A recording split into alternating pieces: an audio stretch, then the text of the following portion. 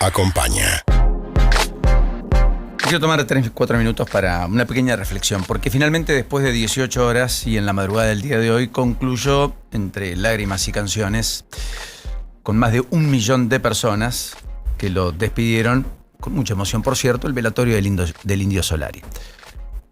Alguien a quien yo no abracé, no fui a ningún recital, no fui ricotero, su música me pasó por el costado, muchos de mis amigos la vivenciaron, pero no dejo de comprender el fenómeno. Hubo una fila de 70 cuadras. 70 cuadras. A las 11 de la mañana de ayer, antes de empezar. Hubo vigilia en la previa. A puro rock, tatuaje, baile. 15.000 personas por hora para despedirlo. Empezó todas las 11 de la mañana allí en el Polideportivo José María Gatica de Villa Domínico y terminó esta madrugada. No hubo un solo incidente. No pasó a mayores. Todo lo peor que pudo haberse presagiado por la enorme cantidad de gente no ocurrió. Temas menores, pero a la postre algo que salió bien. El argumento del gobierno, que se mantuvo al margen, casi equidistante, que no produjo, no pronunció palabra al respecto, fue que no podía garantizar la seguridad ni para hacerlo en el Congreso y mucho menos en Casa Rosada, etc. La fortuna de la vida hizo que Maradona no se hubiera muerto bajo el gobierno del presidente Milei, por ejemplo. ¿Qué hubiera pasado? ¿Qué hubiera sido del sentimiento de? Por eso hay momentos en los cuales hay cosas que irrumpen, que movilizan y que nos permiten reflexionar.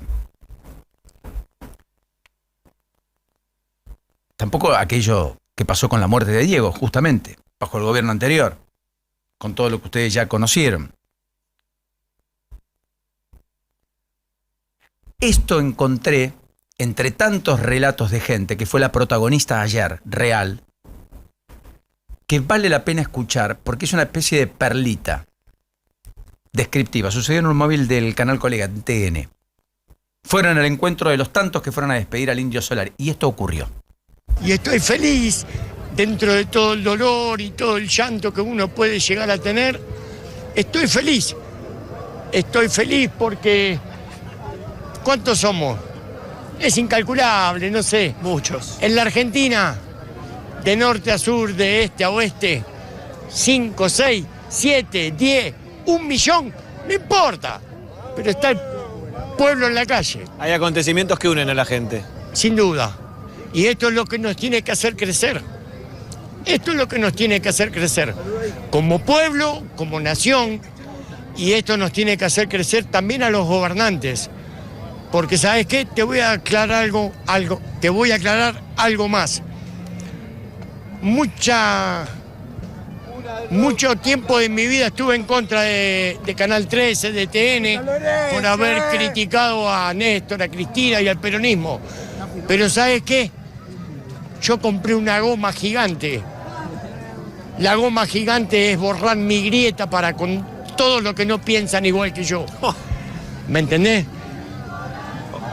Increíble. Entonces, empecemos a crecer como sociedad, como país, como patria. Dejemos la grieta de lado, cada uno piensa como quiere o como puede.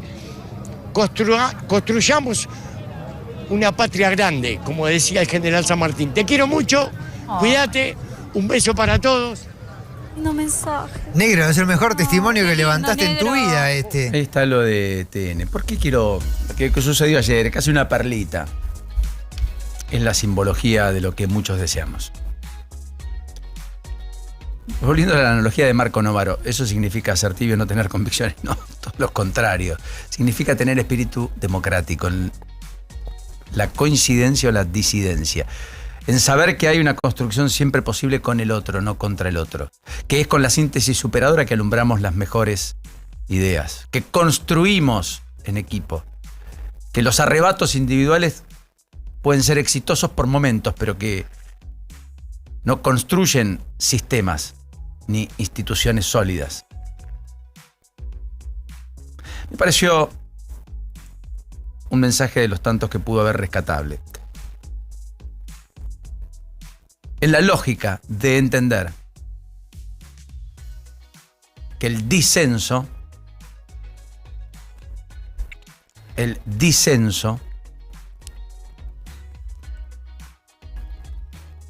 no es más que un ejercicio de superación intelectual personal propia de todos y cada uno de nosotros, porque justamente en el disenso uno reafirma su convicción y opinión o la modifica por algo superior. Hay un doble ejercicio, disentir, pero el otro, estar presto a escuchar, interpretar, entender y quizás corregir. Las sociedades donde se abreva un diálogo constructivo se hace sobre esa piedra angular. 9:03 en todo el país. Podés soñar con emprender un nuevo proyecto, con armar una pyme, con remodelar tu casa, con tener la mejor cosecha de la historia, o hasta con salir campeón del mundo de nuevo. Pero nunca dejes de soñar en grande. Soñá en grande. Pensá en macro. Turismo City, paga menos por viajar. En las mañanas de Now, Juan Pablo Barsky y Eleonora Pérez Caresi te dan su punto de vista para una realidad un tanto cambiante. No somos nadie. La actualidad En un modo que ya conoces y a veces no tanto. lunes a viernes, de 10 a 14. Un nuevo punto de vista en Now 97.9, tu nueva radio. La batería es William, mi batería es William. Cuando aparece en la gripe, desapareces vos. Decidex Grip T Forte, con paracetamol, fenilefrina y vitamina C. Alivia múltiples síntomas de la gripe, dolor corporal, congestión nasal y fiebre. Decidex Grip T Forte. Alivio es volver a ser vos. Lea atentamente el prospecto. Ante cualquier duda, consulte a su médico y farmacéutico. Los argentinos tenemos partidos que se juegan en la cancha y otros en la panza.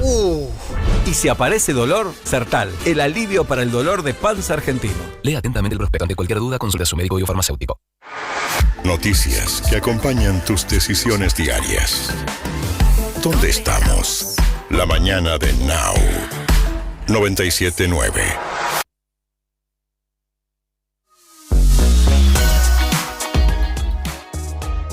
Se ha confirmado la muerte de la legendaria actriz María Rosa Fugazzotto. Sucedió esta mañana, 83 años, en el barrio de Palermo, donde vivía en su propia casa.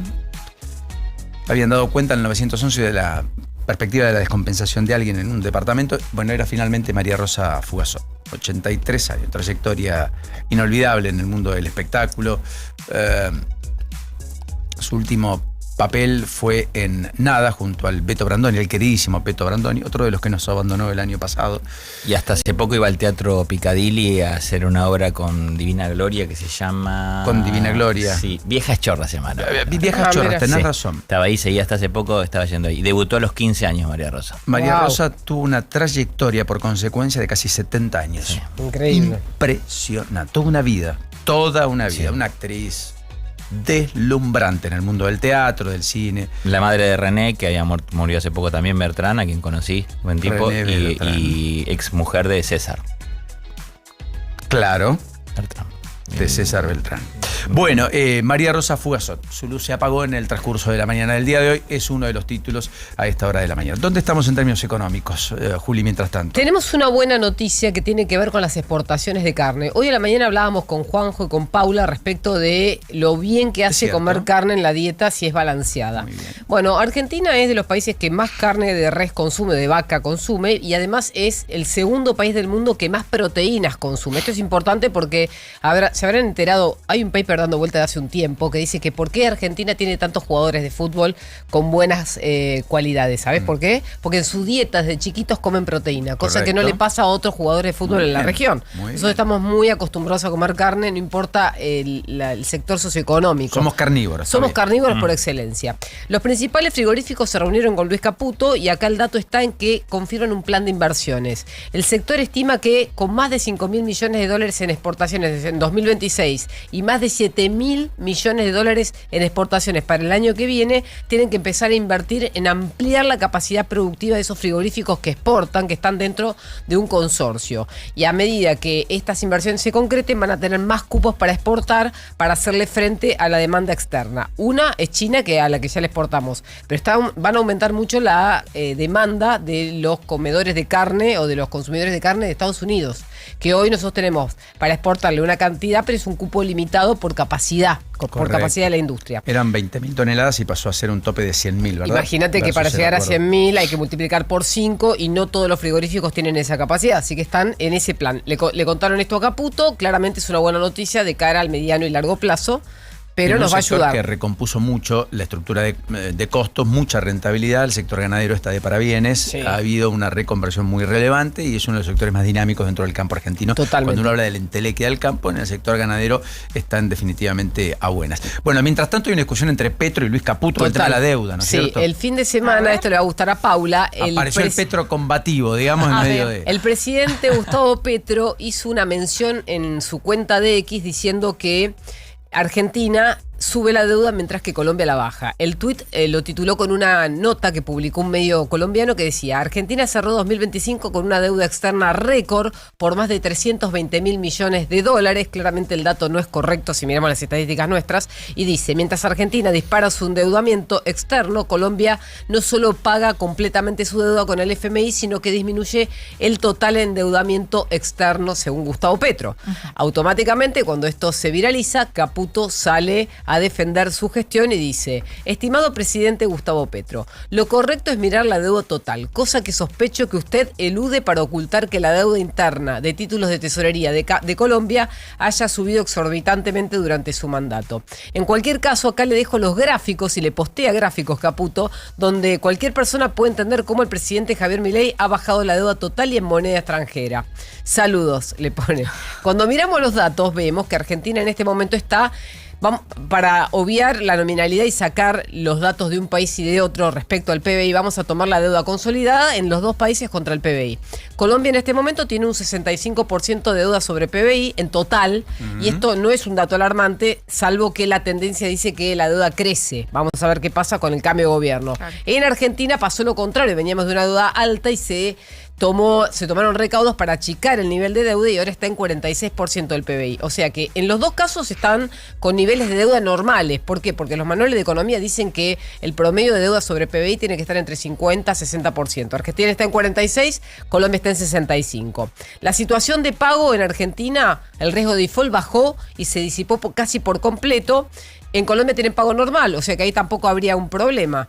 Después, la composición del stock. El 53% de la deuda argentina es extranjera y el 47% es en moneda local. El 60% en Colombia es deuda interna y el 40% es deuda extranjera, o sea que ahí la composición es bastante parecida. El tema está en cómo se financia. Argentina tiene superávit y está anclando su stock de deuda en colocación doméstica, salvo excepciones. Acá la emisión es el problema que tiene Colombia en este momento. No sé, Paula, decime vos cómo está la inflación en Colombia, pero la emisión de pesos colombianos para pagar deuda doméstica le está complicando la estrategia a Petro y a su gobierno. Es que cuando te dicen a ti inflación de 3 o 4% en Colombia, dicen que es alto, ¿no? Para es lo alto. Que estamos acostumbrados. Anual. Exactamente. Sí, y realmente no es así. O sea, ya cuando uno lo compara con lo que pasa acá, digamos. Sí.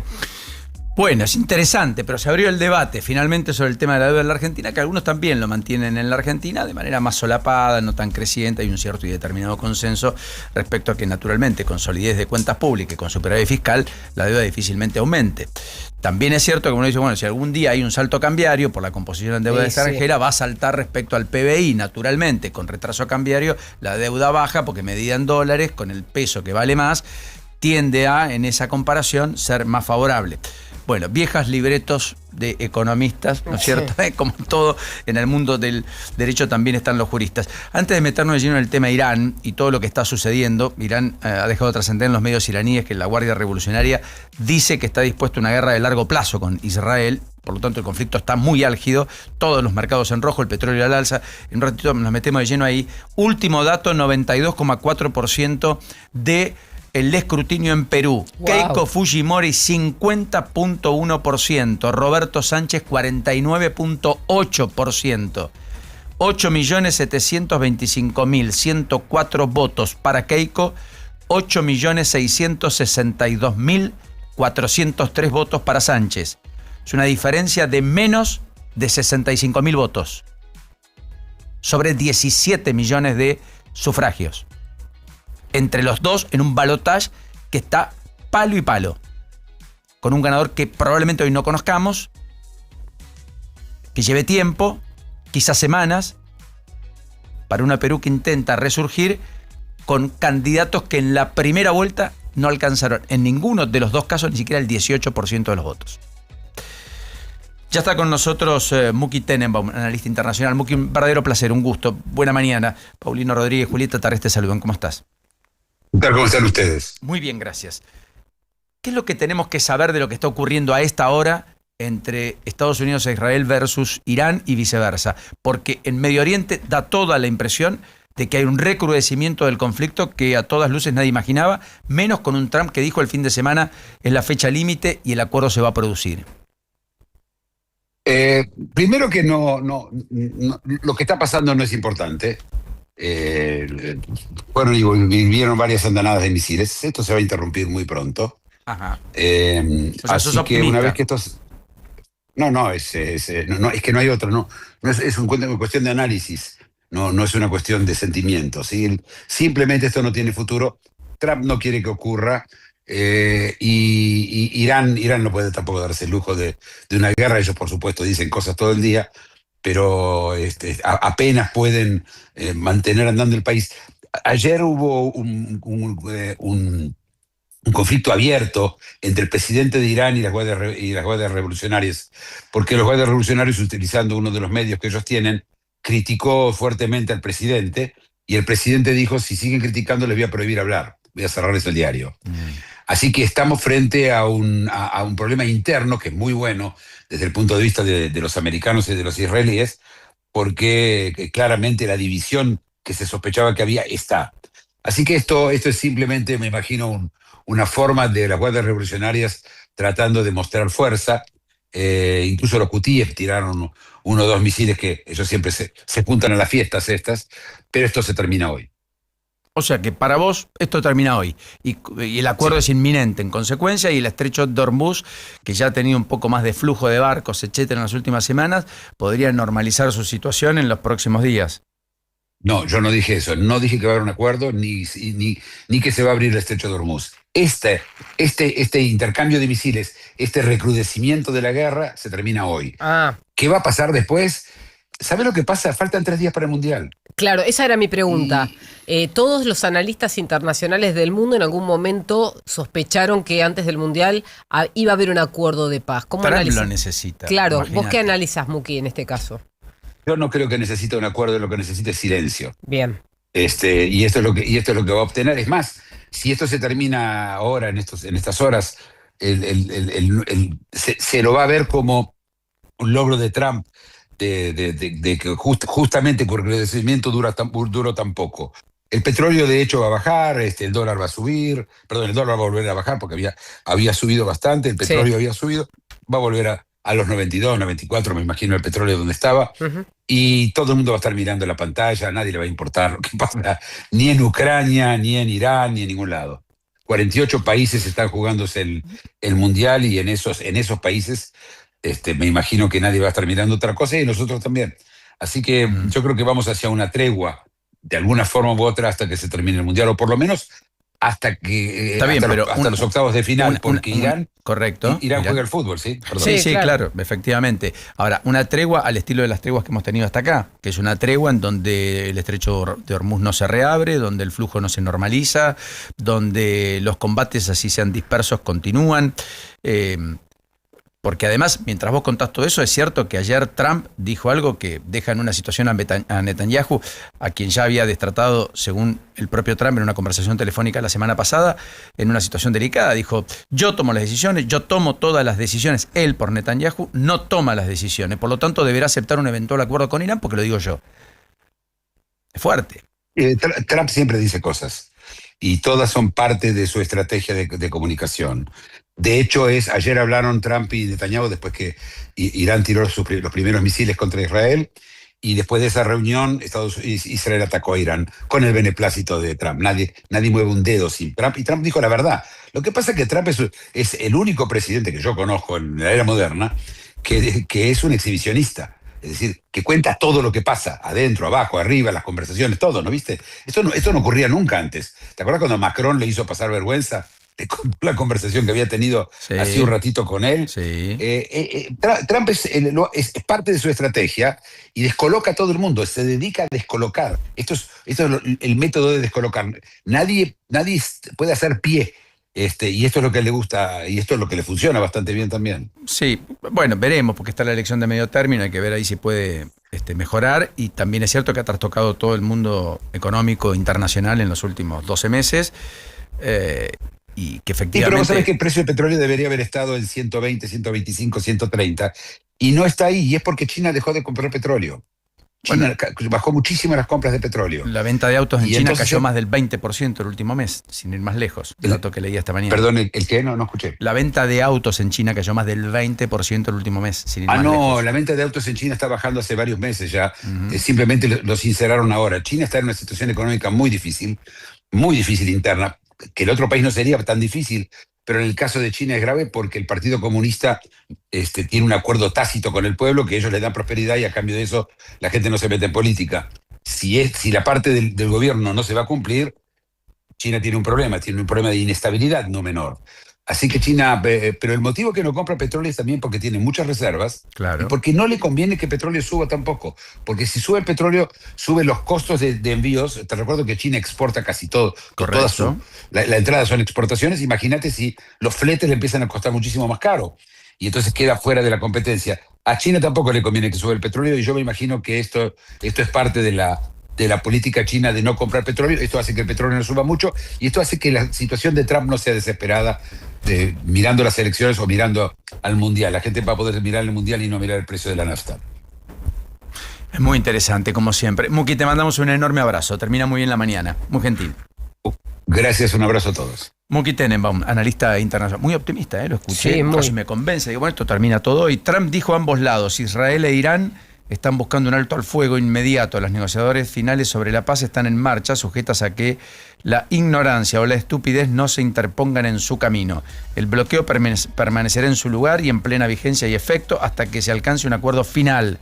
Las cosas deberían avanzar rápidamente. Gracias por su atención a este asunto, presidente Donald Trump. Esto es lo que acaba de escribir en su red social esta mañana, muy temprano, esta mañana, hace un ratito nada más. Bueno, algo para sumar a esto que estábamos diciendo, se conoció ayer a través de los medios iraníes que el seleccionado de Irán recibió directivas directamente del gobierno de Teherán para que entre y salga en territorio estadounidense de forma compacta, es decir, tiene que entrar, si tiene partido, jugar y salir respetando lo que dice la seguridad que manda Irán junto con su selección, y en un esquema de control de visados recontra riguroso, porque no quieren tener un problema con Estados Unidos y con Trump en este contexto, porque como vos decís, está abierta la guerra. Si encima el seleccionado que representa a Irán está en suelo norteamericano, correcto, le complica la vida al gobierno de Teherán, que está discutiendo si firma o no firma la paz. El ejército de Irán, mientras tanto, ha anunciado la cesación de los ataques contra Israel, o sea que cesaron los ataques. Sí. Con es lo posible, cual, claro, efectivamente, bueno, tal vez, no sé, todo muy complejo, ¿no? Es muy difícil. Complejo. Llueve en Buenos Aires, cae el agua. Es la que moja, ¿eh? No bueno, solo la que jode, ya no es llovizna. No. Cada vez más, y lo ves por ahí, pero no. Qué poeta, ¿eh? Date pero vuelta. estás escribiendo con el aljibe de fondo. Muy bien. Es que está muy lindo. Mirá lo que es esa imagen, tener ese verde, tener esas luces, tener la perspectiva, ese patio, esa agua que cae copiosamente sobre Buenos Aires. Esto lo tenías que decir el primer día del programa, no era hoy. Pero está bien. Todos los días son importantes. Sí, pero no era hoy. No dejemos para mañana lo que podemos hacer. Bueno, perdón, 9:32 en la mañana.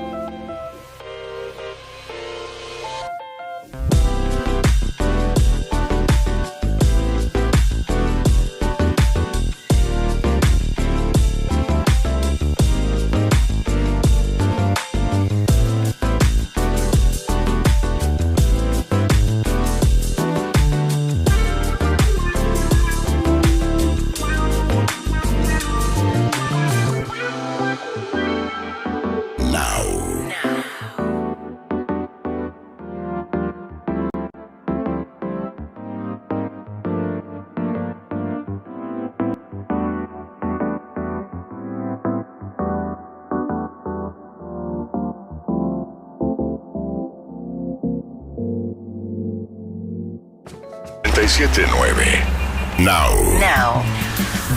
Ahora. Tránsito en la ciudad y los principales accesos.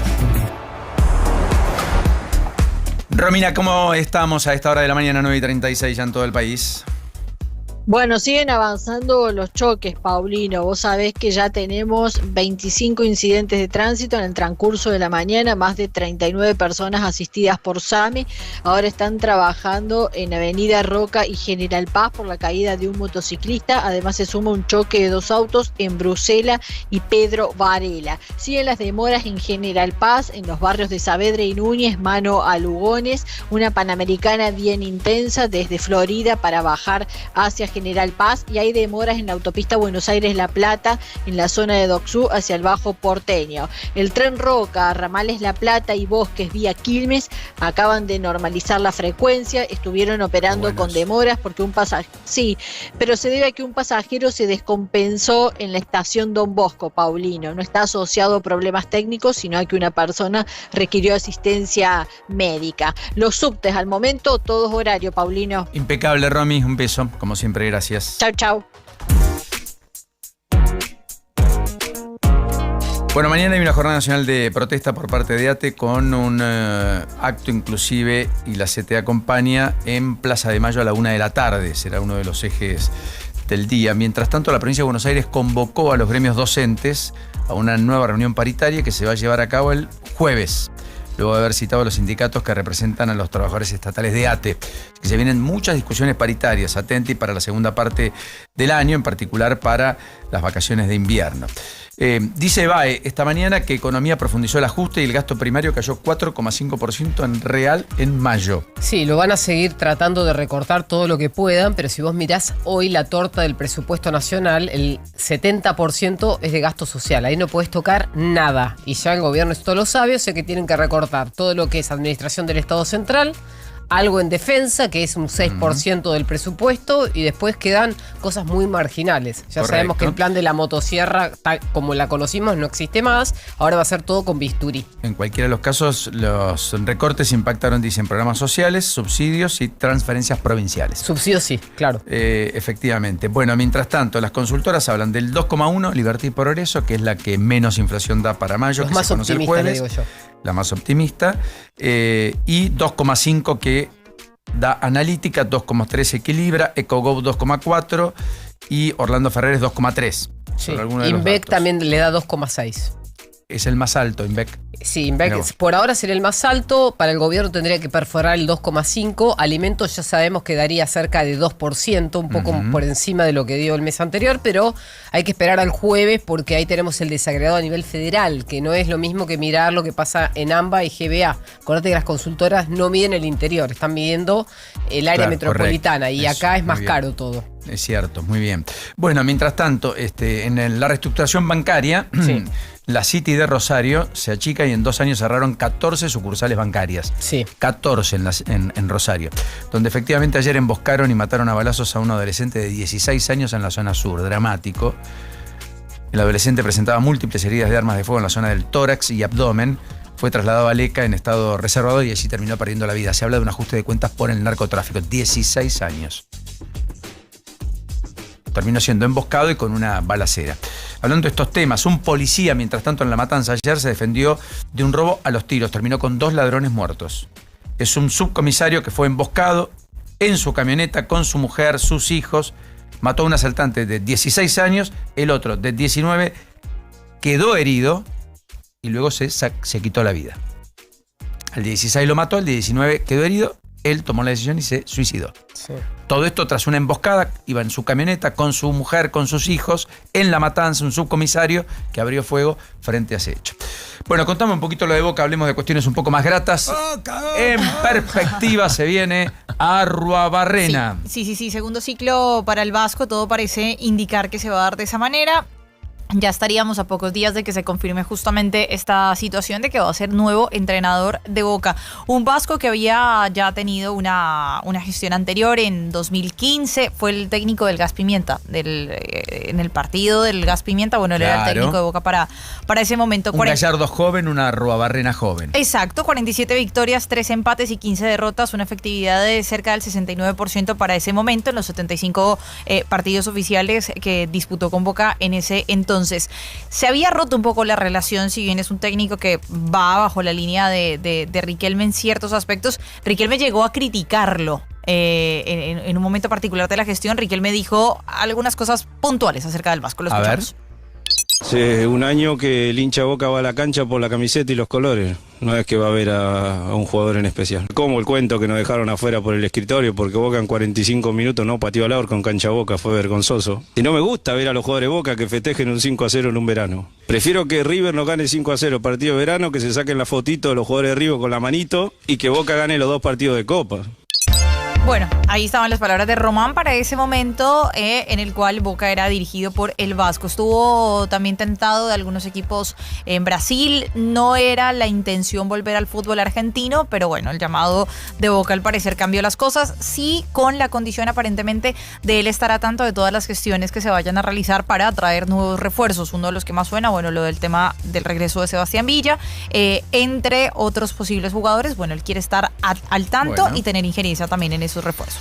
Riquelme, no hay duda, ¿no? Claro. No va a cambiar. Bueno, mientras tanto, un mago correntino, ¿sabes cuánto ganó, Juanjo? 1.400 millones de pesos. 1.400 palos. ¿En serio? En la segunda del Kini 6. 1.400 palos. No tengo idea cómo se llama, pero ese tipo, hablar con vos no va a querer. No va a querer hablar con nadie. No tiene sentido. Quiero ver si lo conozco ahora. 1.400 millones de pesos. Sacá el impuesto, lo que sea, le quedan 700, 800 palos. Cambia un poquito la vida, ¿no? Y sí. ¿Está bien? Dejó la magia hace 2 minutos, te aseguro. ¿Qué son, $500.000? ¿Cuánto dijiste en total en pesos? Sí, le quedarán 700, 800 millones. Ah, porque hay que descontar lo que le cobra, claro. Por eso digo, ¿no? Lo que le cobran de impuestos, por el 50%. Pero o más, porque primero le cobra lotería o en el caso de la provincia o del distrito y después le cobran ganancias sobre el premio y demás. Bueno, en cualquiera de los casos, Pausili está bajando a China.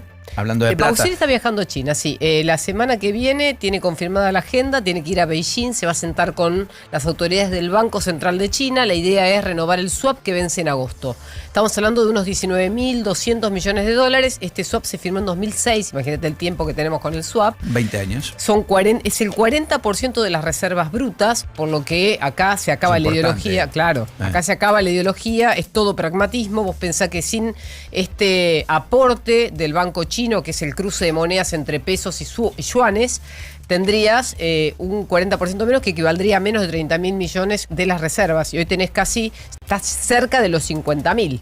Entonces la idea es mantener el nivel de reservas brutas alto, porque eso también te da una estabilidad cambiaria que podrías perder en un año electoral como el 2027. Ni más ni menos. Bueno, el presidente nunca viajó a China. ¿Te acuerdas que dijo que en un momento iba a ir? No sé qué pasó ahí. Nunca. En Filipinas hay un terremoto de 7.8 grados, veo en los monitores, al menos 32 muertos, más de 100 heridos, 7.8 en la escala Richter. Filipinas, es un montón. Es un terremoto de magnitud importante. Todo lo que esté arriba de 5 en general suele ser complejo. Arriba de 6 difícilmente no tenga o no contenga víctimas fatales. Bueno, finalmente en Filipinas al menos hay una treintena, insisto, de muertos. Y hablando de estos temas, hay una tragedia en Santa Fe que enluta a la provincia una vez más. En un accidente, en un choque frontal, hubo 4 muertos. Ocurrió sobre la ruta provincial 94, involucró una camioneta Toyota Hilux y un automóvil Chevrolet Prisma. 4 muertos. Los accidentes están a la orden del día. Estamos manejando, me parece, con pocos recaudos o no con la suficiente atención. Pongámosle el contexto que querramos. Entiendo que la infraestructura no es lo mejor, ni mucho menos, pero hay situaciones que van agravándose con el paso del tiempo, no mejoran, y no mejoran de verdad. Bueno, Anthropic impulsa un consenso para desacelerar el desarrollo de la IA, dice el cronista en tapa esta mañana. Ahora, ¿habrá consenso? ¿Le pondrán un freno? ¿Habrá un rezago? ¿Habrá una ralentización de lo que la IA implica? No lo sé, Anthropic está a punto de salir al mercado de capitales y yo creo que por más que... va a querer acelerar, ¿no? Éticamente, no claro, o sea, al menos necesita el dinero para hacer frente a los contratos con los que se comprometió con sus proveedores este año. O sea, que plata correcto. Necesita. Después, ¿cómo regulará la AI? No lo sé. Bueno, mientras tanto, la venta de autos usados cayó 7% en mayo, se conoció ayer. Hoy vamos a tener datos de la venta de 0 kilómetros, perdón, de motos. Cómo estuvo el mercado de motos, que me dicen que parece que vino un poco mejor, pero en autos hubo caída, tanto en usados como en 0 kilómetros, que perdió 13%, cayeron 13% en mayo, después de una buena reactivación que había habido en el mes de abril. Por lo tanto, estos datos encontrados permiten presagiar que la economía, tanto en abril como en mayo, parecería que no tiene tendencia clara ni definida. El gobierno apuesta, Caputo lo dijo, a partir de junio todo es una senda mucho más favorable y más benévola y con números mucho más verdes. Bueno, claro, la principal apuesta del gobierno. Ellos tienen un semáforo, un monitor propio que tienen información actualizada al día de hoy. Es decir, se llaman indicadores de alta frecuencia. Eso no lo podemos conocer salvo que adelanten la información y como no lo pueden hacer porque hay que esperar el dato del INDEC para tener una relevancia federal. Correcto. Ellos están hablando desde el lugar en el que tienen el dato de último día y nosotros estamos mirando, como te decía antes, con datos de 2 meses de delay. Después, lo que te quería agregar a esto es que, como vos dijiste bien al principio, todos los mercados en Asia y en Europa cerraron a la baja, furiosa hoy. Antes... O sea, estamos en un lunes casi negro. Un lunes negro. Entre la lluvia y la bolsa, podemos decir que es negro. América, los índices de América tenemos todos en baja, inclusive el índice Merval, que está... O sea, que hoy se licúan fondos en las cuentas de los que tienen acciones y demás. Hoy se derriten los pesos, literalmente. Sí, hoy se derriten también. Los activos en pesos y si estás invertido en dólares también se derriten porque vemos la baja pronunciada. El que tenés en el colchón queda crocante, vale lo mismo. No, perdón. No vale lo mismo por la inflación. Pero sí hay que tener paciencia con estos días de caída de la bolsa porque venimos de 2 semanas de repunte y bueno, ahora estamos entrando en esta fase, si quieren, de heterogeneidad a la baja. ¿Por qué? Porque algún indicador sube y hay oportunidad de compra, pero la mayoría baja hoy. O sea que hoy tenemos un lunes para mirar con lupa, veremos qué pasa con el riesgo país, por ahora todavía abajo de los 500 puntos básicos, sí. Es probable que esto cambie tal vez en el día de hoy, veremos qué pasa con los activos argentinos, pero en general hay una destrucción de valor de los activos en el mundo muy relevante. ¿Vos cómo te llevas con eso, Juanjito, con los activos? Con la destrucción de valor. Estaba pensando recién, ¿de dónde sale el término licúa en economía? Porque lo escucho mucho. ¿Qué significa o de dónde sale? De las dos cosas. Y sale yo te lo cuento, cuando vos tenés un activo que automáticamente vos podés, por ejemplo, si tu activo tiene deuda y automáticamente vos podés liberarte de la deuda sin hacer el esfuerzo de pagarlo, se llama licuar. Es como diluyo el peso de esa deuda. Perfecto, de ahí sale. Muy bien, excelente. O sea, el argentino medio sabe que es licuación. Vos no sé si el argentino medio claro, sabe. Escuchame, vos tomás un crédito, viene una inflación alta, tenés una tasa fija y terminás pagando. Muchos que sacaron crédito, qué sé yo, en distintos momentos de la historia, terminaron licuando. Siempre en la Argentina había que estar endeudado, no estar sin deuda. Pero hay algo de el que va a sacar el crédito, que se sienta en el banco, yo pienso siempre eso, no entiende mucho, se sienta en general, no entienden. No, se sienta porque necesita plata, ¿eh? Entonces había otros muy osados que tomaban el crédito y se apalancaban en inversiones de corto plazo. Claro.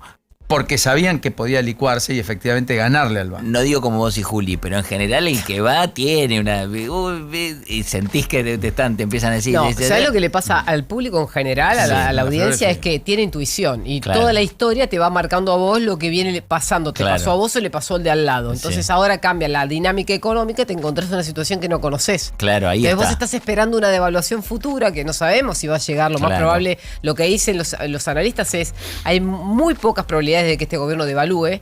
Ya lo hizo cuando entró, corrigió la variable de la diferencia entre el tipo de cambio oficial y el tipo de cambio blue, si querés, o los paralelos. Entonces, eso ya lo corrigió.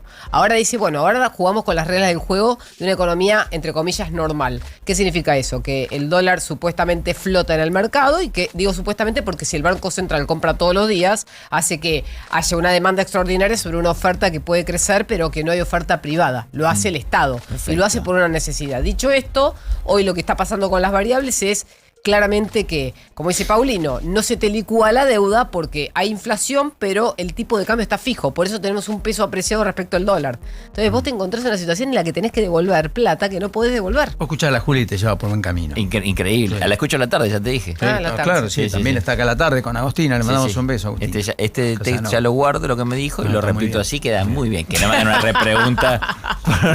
Una repregunta porque no sabés ni dónde estás, ¿no es cierto? Mañana te la contesto. Está bien. Y ahí me grabas a mí con inteligencia artificial y la pone perfecto. Bueno, ya a las 9:50 en todo el país.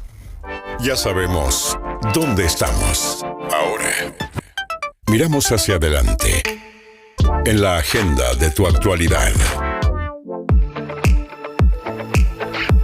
Bueno, ¿qué tenemos en el deporte a todo esto, Paula, a esta hora de la mañana? En materia deportiva, algunos partidos amistosos. A Países Bajos ante Uzbekistán a las 3:45. A las 4:10 Francia se enfrentará a Irlanda del Norte y a las 11 de la noche España enfrentará a Perú.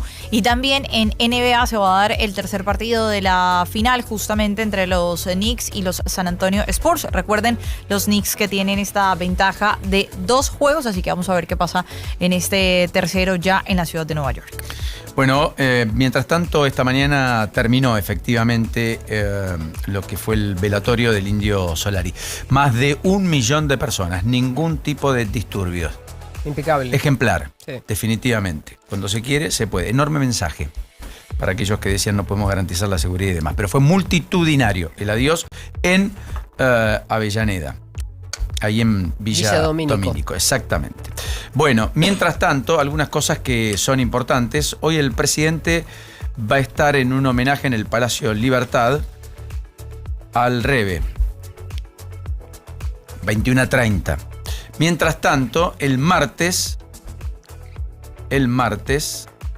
va a recibir cartas credenciales, representantes de los Juegos Macabeos, entre otras cosas. O sea, que una agenda muy vinculada a Israel, de parte del presidente, en horas donde Israel es nota, porque finalmente Trump intenta negociar con Irán un alto al fuego, sin la intervención de Israel. Irán ha cesado con los ataques, pero fueron muy importantes en las últimas horas.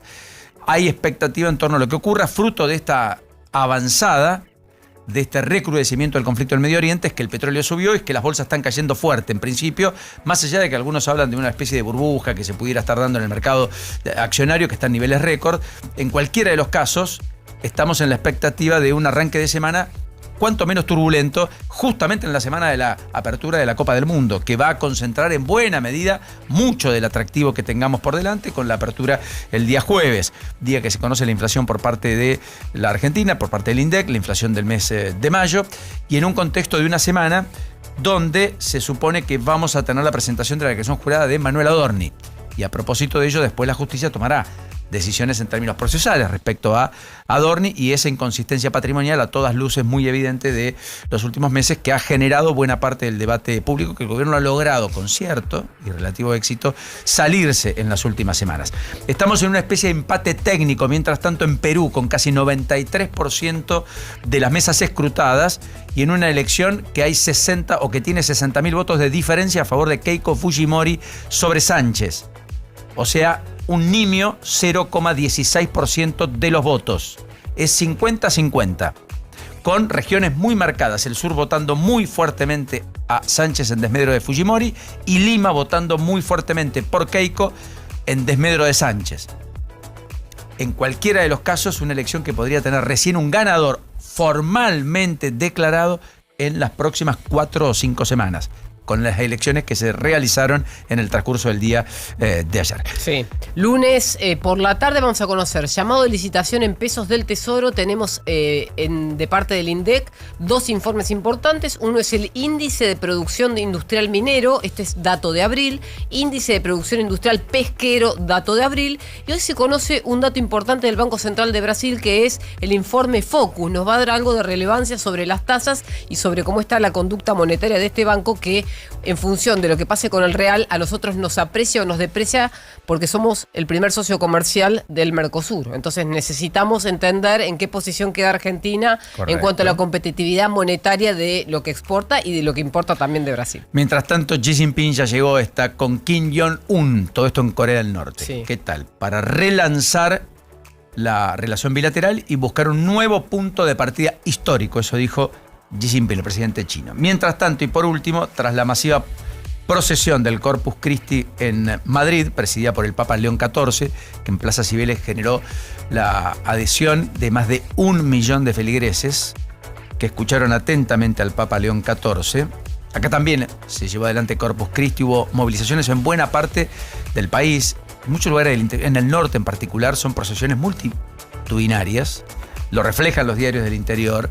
Son muy importantes en Ciudad de Buenos Aires en menor medida, pero también fueron parte del discurrir del día domingo para muchos argentinos. Bueno, más allá de eso, el Papa sigue en Madrid y a la espera, todos aquí, de si confirma o no su viaje, su visita a la Argentina, que estaría al caer,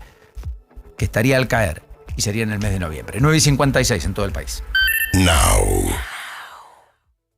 Si el camino suena así, es porque pones toda la potencia para cruzar todos los caminos que necesitas. La tecnología Turbo Clean garantiza el máximo octanaje para cumplir con los motores más modernos y exigentes. Poner Infinia es poner siempre lo mejor. YPF Infinia Turbo Clean. Si sos cliente sorpresa Santander, este 24 y 25 de mayo vení a Sodimac y aprovecha un 25% de reintegro adicional y hasta 9 cuotas sin interés en todas tus compras. Además es acumulable con otras promociones. Vení a Sodimac y llévate todo para tu casa con la mejor financiación. Para más información o limitaciones aplicables consulten www.sodimac.com.ar. Pulp vuelve a la Argentina. 12 de junio, Movistar Arena. La legendaria banda británica regresa con su nueva gira latinoamericana. Te mereces más. Pulp. Entradas a la venta en movistararena.com.ar. Pulp. 12 de junio en Argentina. Now. 97.9. Radio Oficial. Produce Indie Fox y SPA. La batería es William. Mi batería es William.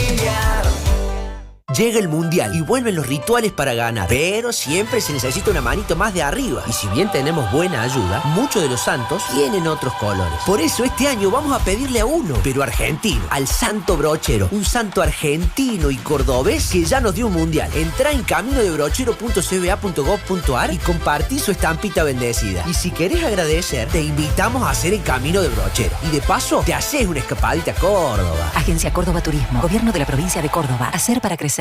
Vamos con un equipo bien argentino. En el arco Pancho, en el fondo el huevo, en el medio mostaza y arriba el fideo. A los argentinos todo nos pasa por la panza. Y si aparece dolor, Sertal, el alivio para el dolor de panza argentino. Lea atentamente el prospecto. Ante cualquier duda, consulta a su médico y o farmacéutico.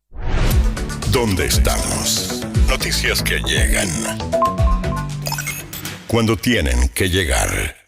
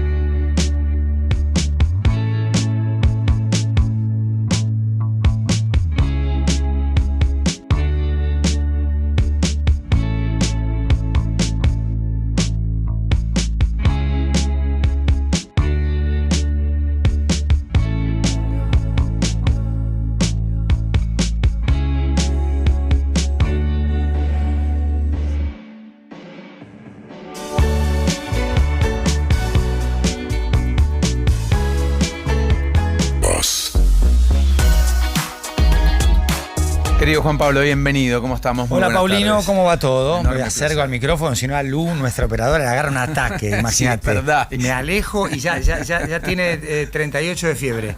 Pobre Me Lu. acerco y ya recupera la temperatura correcta. Una genia. Un abrazo a grande, Martín Lu. Fernández ¿Cómo va Madero, todo? que también está allí. Muy bien, gracias a Dios. ¿Todo ¿Vos bien? cómo estás en la antesala del viaje? Bien, me voy esta noche a México. Buen viaje, a disfrutarlo. Y después me voy a Dallas, después del partido inaugural.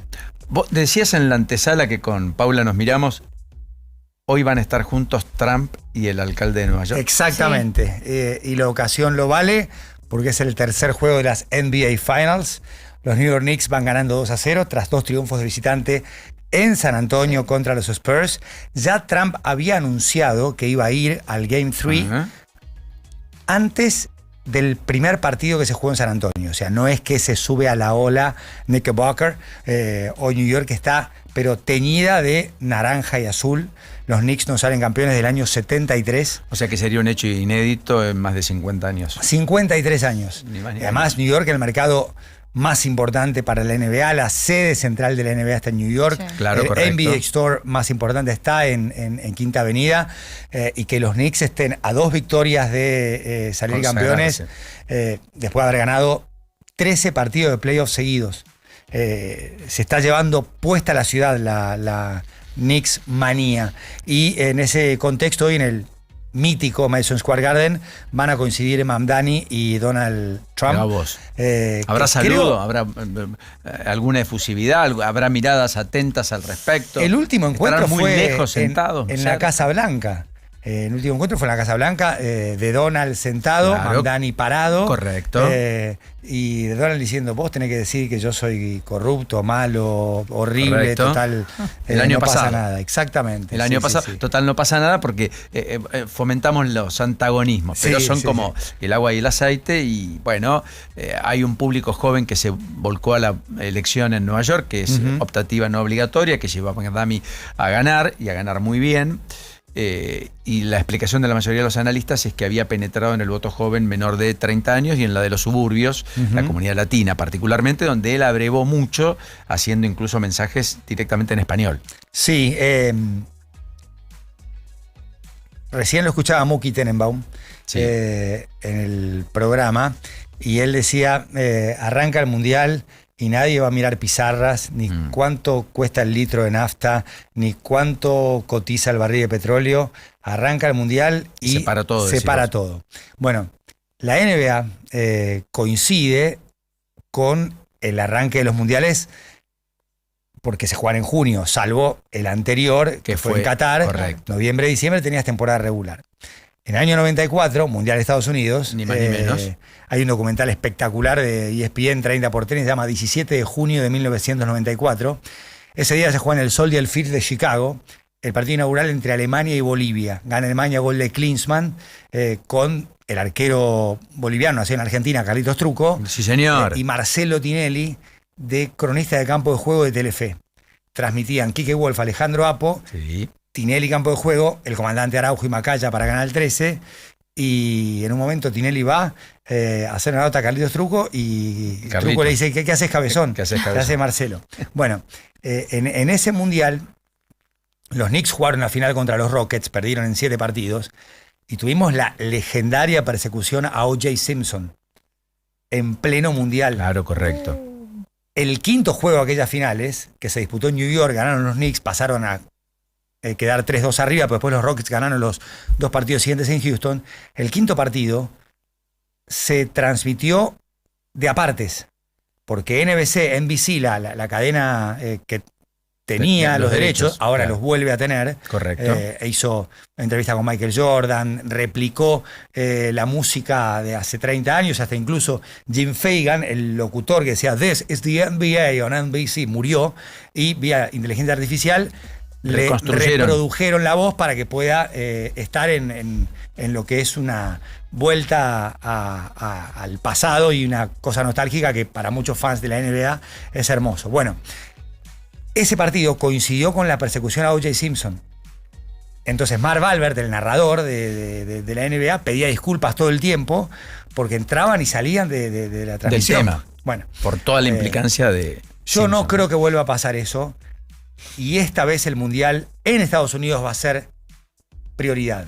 Pasaron 32 años, nació la MLS, en realidad nació más cerca del Mundial del 94, pero hoy tiene un desarrollo mucho más importante. Juega Messi. Hay un apetito por el fútbol eso, distinto en los Estados Unidos. Exactamente, con todo lo que eso significa. Aprendieron más, lo tienen más cerca. Y creo que, si bien hay asuntos geopolíticos importantes para resaltar, que arranque el Mundial en el que también juega Irán y en territorio estadounidense, más allá de que se concentre en México, se lleva puesto todo. Y es más, hablando de NBA y la visita de Trump hoy, yo creo que la serie termina el miércoles. New York barre a San Antonio, se consagra campeón. 4-0 y otra cosa. Y les dejamos a ustedes, no vuelve amigos a San del Antonio. soccer, no vuelve a San Antonio. Y a partir del jueves 11 arranca México-Sudáfrica, el mismo partido inaugural que en 2010. Señores, le toca el fútbol ahora. Le toca el Mundial. Sí. Nadie jode, nadie distrae. Vos sabés que tengo un matiz ahí porque yo creo que como el mundo está tan convulsionado y como la Argentina tiene sus temas domésticos a flor de piel, creo que hay un impasse y un paraguas. No creo que haya una desaprensión total más allá del fútbol. Espera. Pero bueno, solo espera, el tiempo lo dirá. Pero ¿sabes por qué? Además porque hay 48 equipos, porque muchos van a entrar recién en octavos de final. Espera el martes 16 de junio cuando Argentina arranque con Argelia en Kansas City. Yo te lo tomo. A ver, y centralmente va a ser el eje. No digo lo contrario. Lo que creo sí es que, bueno, tal vez el defecto de politólogo. Vamos a tener que mirar más el boletín oficial, vamos a tener que mirar más lo que se discute en el Congreso, las leyes que puedan salir, las modificaciones que se puedan establecer, las nóminas de jueces nuevos que enviará el ministro Mike y todas las cosas que efectivamente podamos contemplar. Los mundiales son ideales para la letra chica. Evento grande, letra chica. Y bueno, de hecho en julio se discutiría el tema del código electoral, las PASO, etcétera, en el Senado. Hasta ahora no hay votos, pero veremos. Juan Pablo Valdés, gobernador de Corrientes, sorprendió el fin de semana y dijo: yo no quiero las PASO, siempre dije que eran un gasto innecesario, etcétera. Eso llevará a los radicales a votar contra una iniciativa que el PRO dice que tiene que ser de mínima, algo que tiene que ser preservado y de mínima en todo caso ser optativo, pero no dejar de ser de la partida, veremos. Pregunta, ¿hoy el tronco es nacional y provincial? En el sentido de que al ser las PASO obligatorias, no solo tienen que ser para categorías nacionales, sino también para las provinciales. No, hay provincias que tienen PASO y hay provincias que no tienen PASO. O sea que vos podés elegir gobernador de Corrientes sin PASO. Sin PASO. Hay provincias, Chaco eliminó las PASO, hay varias, No o sea que la declaración del gobernador de Corrientes es más a nivel nacional. Sí, es pura y exclusivamente a propósito de la definición al gobierno nacional. Gobierno federal, al gobierno nacional. Sí, o por hoy una cuestión de que él ya lo había dicho con anterioridad y no quiere deshacerse de esas definiciones. Pero bueno, son debates, qué sé yo. A esta hora, a mí me ocupa lo de Keiko Fujimori, más allá de lo que pasó el fin de semana. Voto a voto. Y Sánchez, hay 60.000 votos de diferencia sobre 16 millones de votos. Y la que se va a divertir es Paula. 0,17% de diferencia, sí. Porque Paula se va a divertir porque entre el primer y el segundo partido de Colombia hay segunda vuelta. Con la segunda vuelta, claro. Ah, claro. En un país polarizado con dos candidatos que pasaron el 40% de los votos. O sea, en primera. Imagínate lo cerrado que va a ser. Bueno. Entre el primer y el segundo partido, juega 17 y 23, la elección es el 21. Con un resultado que esperemos que se conozca en la misma noche del domingo, ¿no es cierto? Sí, seguramente. Eso es lo que han dicho las autoridades, porque en Perú hay 5 semanas hasta la oficialización de la victoria de uno u de otro. No, en Colombia eso suele salir en la misma noche de la elección. Acá en Perú también fueron al balotaje 2 fuerzas políticas que en conjunto aglutinaron menos del 30% de los votos. Sí. O menos del 33%. O sea, de cada 3 que fueron a votar, solo 1 de cada 3 eligió a cualquiera de los 2 que estaba en pugna para este balotaje. Para mí el balotaje de Perú debería ser sencillo. Elige una sola persona. Julio Velarde, que es el presidente del Banco Central del año 2006. Dice, ¿saben qué?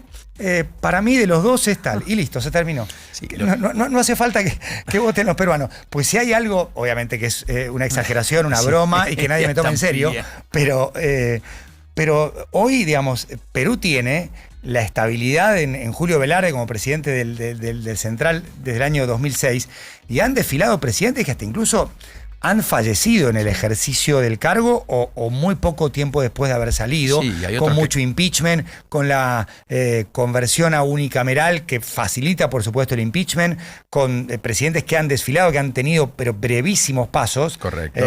Y que esto, por supuesto, se ha notado en la atomización en la primera vuelta, obviamente con una polarización obligatoria en la segunda, pero con un mínimo margen, hasta ahora 50,1 a 49,9, o sea, y obviamente sujeto a revisión. Sí, y aparte con todavía datos que faltan llegar, padrones de extranjeros, donde se supone que Keiko Fujimori tendría una ventaja, pero también votantes del sur, donde Sánchez en el sur, por ejemplo, gana 70-30.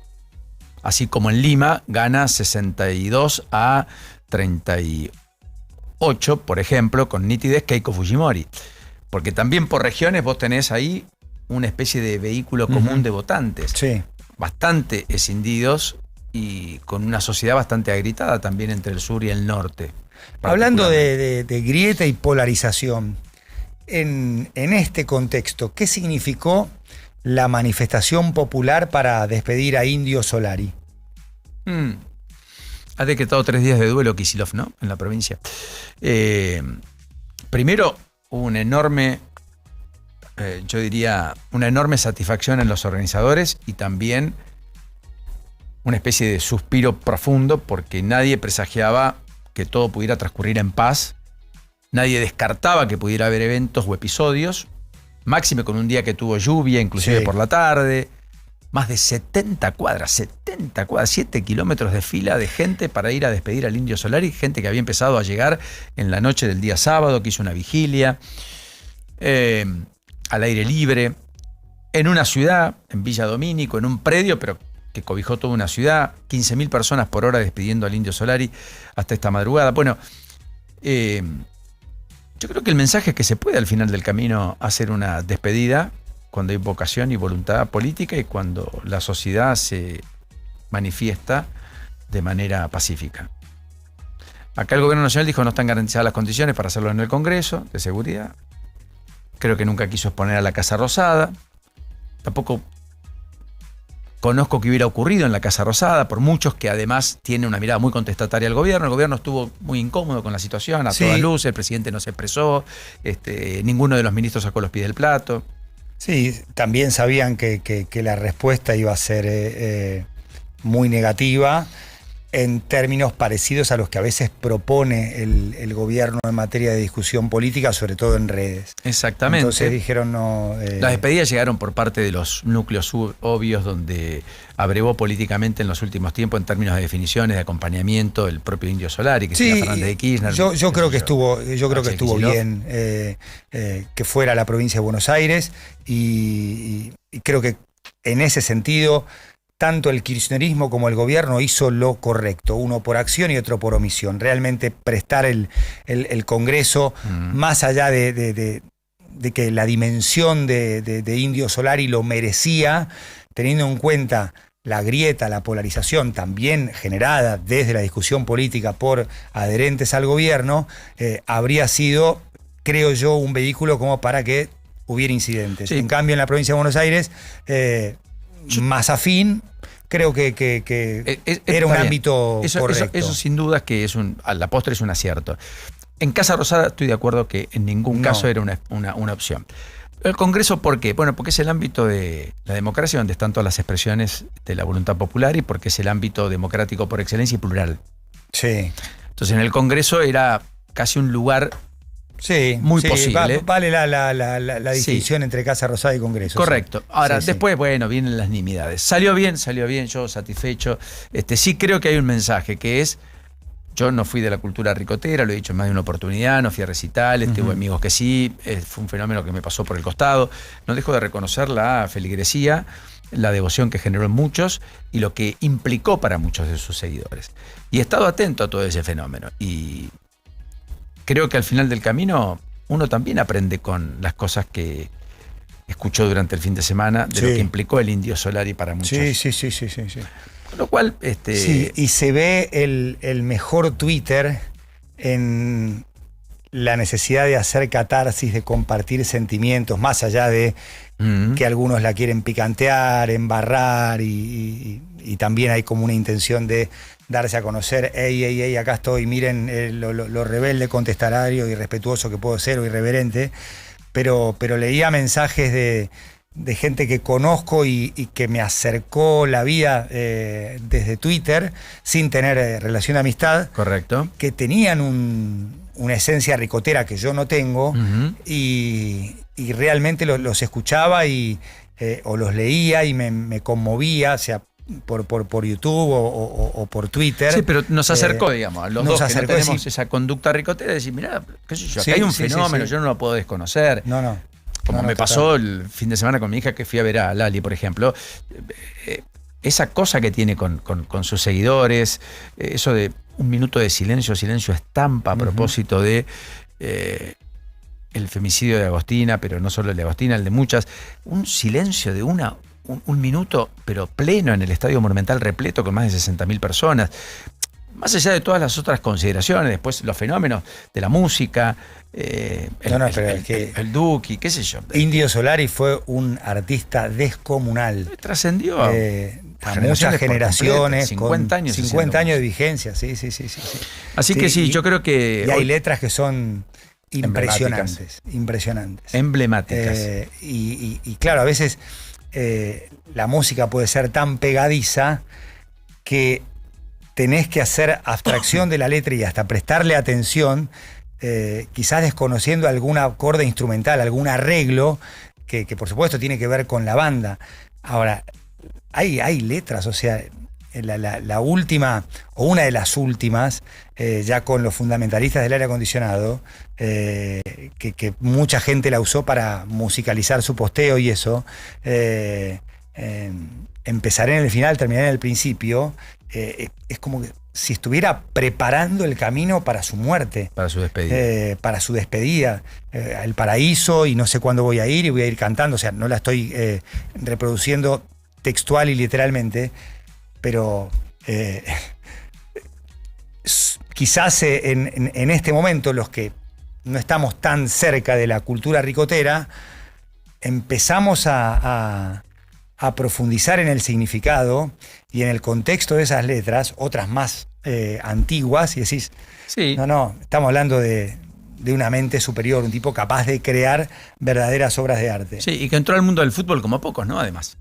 Porque el fútbol fue casi al unísono el que lo despidió. No creo que haya habido menos de una veintena de clubes que hayan hecho la despedida del Indio Solari. Muchas de sus canciones en los estadios se cantaran. También la Asociación del Fútbol Argentino, la Conmebol, etcétera. Pero bueno, entró en la grieta, eso no hay duda. El mensaje que creo que difundió Hernán Castillo de Indio Solari a Messi, diciendo estás para esto, viejo, para ganar un mundial más, además de las compilaciones de canciones y videos. Sí, fue un artista muy futbolero. O más incorporado por el ambiente del fútbol, más allá de que él tenía sus ídolos y su pasión. Creo que el fútbol tiene más de la cultura ricotera que lo que los redondos tienen de fútbol. ¿Se entiende? Sí, me gusta esa definición, está muy bien. En cualquier de los casos se pudo hacer bien, yo creo que es un hito. Sí, y no es menor. Y se lo merecía. Y fue a la altura de lo que efectivamente debía ocurrir. Sí, debía ser de esa manera, no de otra. Para eso ya estuvo la barría. Y se nota también cuando hay tanto amor, tanto respeto por la muerte de un artista popular, cuando, insisto, por esta intención de decir, quiero llamar la atención, acá estoy, es verdad, miren qué contestatario, qué irreverente, hasta incluso tipos como nosotros, y correte. Bueno, escúchame, te vas a ir a la Copa del Mundo y quiero preguntarte por ¿quiénes son los 2 o 3 equipos que llegan mejor? No quiere decir otra cosa que no sea eso. ¿Quiénes son las 2 o 3 selecciones que vos entendés tienen mejor recorrido por delante si se lo proponen y si la suerte acompaña? Porque al final del camino también hay que tener una cuota de suerte y la pelota tiene que entrar. Yo no sé si llegan mejor o no, porque en junio llegan todos cansados, llegan todos desgastados, son muy pocos los futbolistas top que llegan a un 100%. Muchos llegan con 55 partidos encima, o con una lesión reciente, o en plena recuperación. Lo que sí creo que hay que tener en cuenta a aquellos que de los 26 futbolistas tienen 4 o 5 capaces de cambiar el curso de un partido. O sea, de desequilibrar. ¿Los tiene Francia? Los tiene Argentina, para empezar. Por supuesto. Primero Francia, Argentina, después Francia, sí. Francia, España. Okay. Portugal. Portugal. Mitad de la cancha de Portugal. Portugal. Sí. Inglaterra. Sí. Okay. Y no sé si alguno más.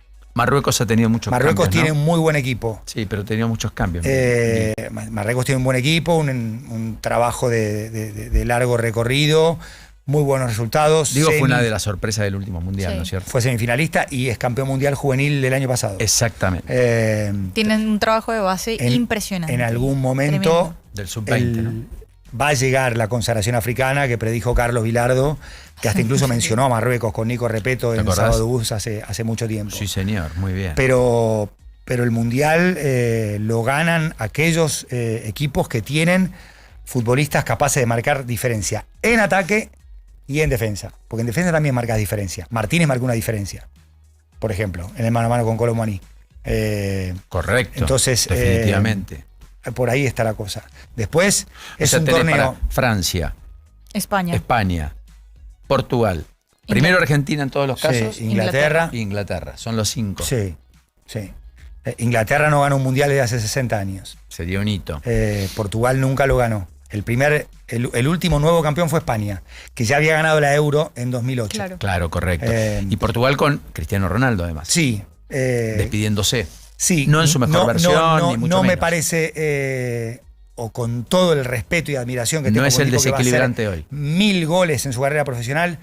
Para mí no integra el top 5 de mejores futbolistas de Portugal hoy. Messi integra el top 5 Argentina, sí. Más allá de que Messi es 2 años menor. Es verdad, está muy bien lo que decís. Ahora, Cristiano Ronaldo, en el minuto 89, es capaz de clavarte un tiro de ángulo y ganarte el partido. Sí, o un penal definitorio en una saga de definiciones por penales, lo que fuese. Pero Portugal lo tiene a Cristiano hoy no como el líder futbolístico, sí el líder de vestuario, el inspirador. ¿Quién es Bruno Fernández, no? Bruno Fernández, Bernardo Silva, tienen una mitad de la cancha. Tenés los portugueses del Paris Saint-Germain, los portugueses juegan en la Premier, uno en Manchester City, otro en Manchester United, o sea... Estamos a buenos con la sangre, estamos a buenos. Sí, sangre portuguesa. Tiene buenos extremos, o sea... el embajador acá en la Argentina está chocho, está feliz, dice, este es nuestro mundial. Y tiene un entrenador, Roberto Martínez, que llegó a Bélgica a semis en 2018. Exacto. Que a veces es un poco amarrete, en mi opinión. Solo a veces. Pero han conectado bien con él, después de mucho tiempo del tío Fernando Santos, que lo llevó a ser campeones en la Eurocopa del 2016 y en UEFA Nations League. Pero Portugal está en condiciones de ser el nuevo campeón, porque el último fue España en 2010. Hace 64 años que no repite una selección. Correcto. ¿Y qué te pasa con Alemania? Alemania obviamente tiene una matriz competitiva innegable, pero yendo a los últimos mundiales... Está en un recambio generacional. 2018 además, ¿no? y 2021 pasó a la fase de grupos. El recambio lo había hecho en Antes. 2017, cuando gana la Copa Confederaciones ante Chile, prácticamente con una selección B. Y Joaquín Löw decide llevar a los campeones del 2014 y quedan afuera rápidamente. En 2022, supuestamente con una nueva generación, también se quedan afuera en fase de grupos. O sea, son 2 mundiales seguidos. Con un campeonato local en el que, salvo la excepción del Leverkusen de Xabi Alonso, siempre gana el mismo. Sí. Con mucho elemento extranjerizante. El mejor futbolista de la Bundesliga es Harry Kane, que es inglés. O sea, y vos mirás la formación del Bayern Múnich, sí, tenés Goretzka, Kimmich, Karl, que se lastimó, Musiala, sí. O sea... el arquero, el mismo Neuer también. Neuer, sí. Que volvió del retiro. A los 40. ¿no? Pero el mejor jugador de la liga alemana es un extranjero. Obviamente que es de Nationalmannschaft y sabe competir con la salvedad de los últimos 2 mundiales. Fue en fase de grupos. El último partido por eliminación directa de Alemania es la final del 2014. El gol de Götze. O sea, después tuviste 2 mundiales en los que pasó inadvertida. Y llegaba con buenos futbolistas. ¿Y Estados Unidos qué hay? Estados Unidos... ¿Puede haber alguna sorpresa de que llegue a octavos, a cuartos? Estados Unidos llegó a cuartos en 2002. Perdió con Alemania, un partido que estuvo cerca. 2002, el Mundial de Corea. Dijimos, ahora viene Estados Unidos. Todo lo que viene por delante es increyendo, y no sucedió. Y no sucedió. Hoy tiene más talento jugando en ligas importantes, sí. Tiene un entrenador competente como Pochettino, sí. Tiene un punto de partida favorable. Arranca contra la Paraguay del profesor Alfaro, que es como ir al dentista. Es muy bueno. O sea, hola, Estados Unidos, vas al dentista, vas a jugar contra la selección de Alfaro. Pero vas al dentista no a que te revise, te va a meter el torno. Sí, y te va a doler y te va a complicar y te va a poner un poquito de anestesia. Es un equipo jodido. Fue despedido de una manera Paraguay hace muchos años que no iba al Mundial. Y es un equipo que siente que está en una misión. Que los que juegan hoy están inspirados por aquella selección de Tata Martino en 2010, que perdió con España porque Tacuara Cardoso rompe un penal. Porque había que perder, nada más, correcto. Y bueno, es cierto que también Villar atajó uno a Xavi Alonso. Pero está esa selección, esa albirroja del 2010 como inspiración. Es un buen grupo ese. Es un muy buen grupo. Es un muy buen grupo con Turquía y con Australia. Y no te pregunté lo más importante, ¿por qué Brasil no? Nadie dijo que Brasil no. Pero no está entre los que vos decís. No, yo creo que tiene poco talento defensivo, no tiene laterales ni siquiera. De otros tiempos. O sea, ni siquiera Cafú, Roberto Carlos, Maicon, Marcelo. O sea, hay un enorme contraste entre los laterales de toda la vida de Brasil, incluso Carlos Alberto, Dani Alves, Nilton Santos, Dani Alves, o sea, te estoy hablando con los que tiene hoy. El factor diferencial de Brasil es su técnico. Que no es poca cosa, ¿no? Para la táctica, la estrategia, cómo plantas un partido. Hay que ver cómo está Neymar, porque Neymar sí te puede ganar un partido. Vinicius también, pero no te lo pongo en mayúscula como Neymar. O sea, si Neymar está bien, Brasil puede ser campeón del mundo. Guau, qué fuerte. Yo no lo veo a Brasil campeón del mundo con un Neymar apagado, complementario, irrelevante, apagado. Suplente, entrando para dinamizar el equipo, faltando 15, 20, 30 minutos. Hoy Arteta, el entrenador de Arsenal, dio una definición para mí fabulosa respecto de lo que hoy puede ser un futbolista. Antes se hablaba de titulares y suplentes. Neymar y Arteta ahora los divide entre los que empiezan y los que terminan los partidos. Neymar es un jugador para terminar los partidos. Claro. Sí. Jugando 90, correcto, 60 o 30. Sí. Pero Brasil en la cancha tiene que terminar un partido con Neymar, como Argentina tiene que terminar con Messi. Salvo que esté 4-0 y pueda por supuesto, tomarse una licencia. Pero en un partido parejo, a Neymar... Yo lo dejo. Lo dejás a Cristiano Ronaldo. Sí. O sea, partido Portugal está 1-1. Minuto 70. Sí, claro. Si lo tenés en el banco, ponelo. Tómalo. Gánalo. Y si lo tenés en la cancha, aunque haya bajado a un 30% de su rendimiento físico, lo dejás igual. Porque Cristiano en un partido complicado, faltando 20... Sí. O sea, no podés sacarlo a 10 minutos del final. Correcto. Entonces, claro. Yo lo que veo es que Brasil tiene un equipo de normal a bueno, al que después, por supuesto, está el factor suerte, los emparejamientos. No, está claro. Tenés que ser campeón jugando 8 partidos ahora, no 7. Correcto, pero en cualquiera de los casos vos el distintivo lo ves en el técnico. Sí, el diferencial es Carlos. Un técnico que dijo, por ejemplo, el otro día, una definición fantástica. Nosotros siempre partimos de un 4-4-2. Y es lo que dice Scaloni también. La parte táctica solo la ves cuando el equipo se defiende. Cómo cubre los espacios para recuperar la pelota. Está muy bien. Después cuando la tienes, empiezan a mover todos. Claro. Entonces ya, viste, te quedás con 2 atrás y los laterales van y un 5 hace el balanceo 10 metros para adelante y 10 metros para atrás. O sea, para mí, digamos, el diferencial es Ancelotti en Brasil. Cuando siempre eran los futbolistas. O sea, yo me acuerdo de Tele Santana, que tuvo dos grandes Brasiles que ninguno pudo ser campeón, 82 y 86. Después sí, sé de Parreira, de Scolari, pero de la mística que creó. Administraban el plantel. Claro. No lo conducían probablemente. Yo creo que Ancelotti es un gran administrador, pero en este sentido también es un inspirador para Brasil, que ha contratado a un entrenador italiano. Es la primera Copa del Mundo en la que no hay técnicos brasileños. Sí, correcto. Ni siquiera en otros países, porque Zico dirigió a Brasil, a Japón. Parreira dirigió a Arabia Saudita. Ese es un dato. No hay técnicos brasileños en esta Copa del Mundo. Y mirá la cantidad de entrenadores argentinos que hay en Brasil. 6 son en total. No, perdón. En la Copa del Mundo argentinos, ¿cuántos hay? ¿5 o 6? Y tenés BKC, Alfaro, Lorenzo, Pochettino, Scaloni. 5 seguro. 5, y me estoy olvidando de alguno. Bielsa. Bielsa. Claro. 6, Uruguay. Marcelo. Ahí está, son 6. Sí. Yo creo que eran 6 técnicos argentinos, ninguno de Brasil. En 48 equipos. Sí. Arrancamos 6-0 contra Brasil. Le pongo un poco de pimienta por un arranque de la Copa del Mundo. Pero yo creo que Argentina está en condiciones de pelear para ser bicampeona. Algo que de hace 64 años no ocurre, con lo difícil que es. El otro día jugó serio contra Honduras, más allá de rival menor. Un momento emocionante el final con Beltrán, Aranda, Freitas. Era el puente 20-30. De Paul dándose la Aranda todo el tiempo, diciendo: yo sé que vos jugás bien. Agarralo, hacé lo que sabés hacer. Es un gran jugador, Aranda. Beltrán descolgando un centro como si fuera Carlos Goyen, el arquero independiente, cosa que el propio Musso ni siquiera tuvo que hacer. Musso, perdón, porque no le patearon. No le patearon. Juan Musso. Es verdad. Pero Beltrán, digamos, un centro va y descuelga. La imagen de Freitas tocando con Enzo Fernández. Freitas reemplazando a Otamendi, van a ser compañeros en River. A mí me parece que ese mensaje del final me pareció hermoso.